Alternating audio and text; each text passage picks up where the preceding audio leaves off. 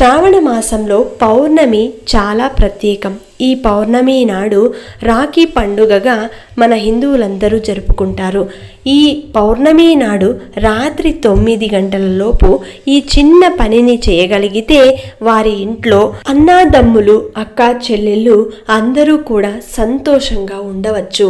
ఎలాంటి ఆర్థిక ఇబ్బందులు లేకుండా అందరూ ఆనందంగా ఉండగలుగుతారు.